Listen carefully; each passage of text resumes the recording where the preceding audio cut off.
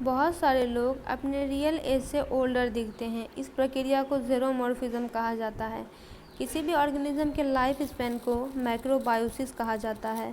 Father of gerontology Vladimir कोरेंचेविस्की को माना जाता है। रीजनरेशन के लिए एक दूसरा टर्म नियोजेनेसिस है। Old age plus physical plus mental change जो कि एडवांस एजेज में होती है उसे सेनिलिटी कहा जाता है। स्मॉलेस्ट पोलन मायोसोटिस है। बिगेस्ट पोलन मिराबिलिस है। लार्जेस्ट फ्लावर रेफ्लेशिया है। स्मॉलेस्ट फ्लावर ओल्फिया आरिजा है। लार्जेस्ट फ्रूट लोडोसिया माल्डीविया है। Double coconut largest seed Lodoicea maldivica है और इस सीड का फ्रेश वेट 6 किलो होता है।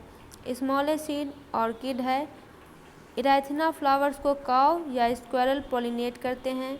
बहुत सारे प्लांट्स के पोलन एलर्जी भी क्रिएट करते हैं जैसे कि Parthenium hysterophorus Prosopis juliflora Sorghum vulgare Chenopodium album Cynodon dactylon Ricinus communis Amaranthus spinosus ATC.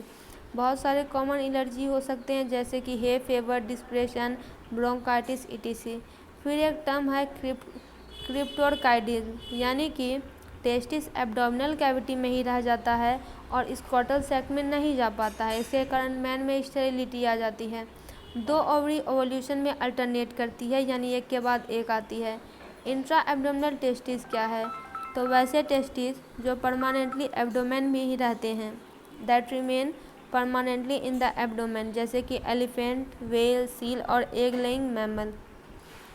Strobilus plant Strobilanthes plant that flower once in 12th year. फिर आता है मेटाजेनेसिस यानी डिप्लॉयड सेक्सुअल और डिप्लॉयड एसेक्सुअल का अल्टरेशन होना जो कि ओविलिया के लाइफ साइकिल में होता है।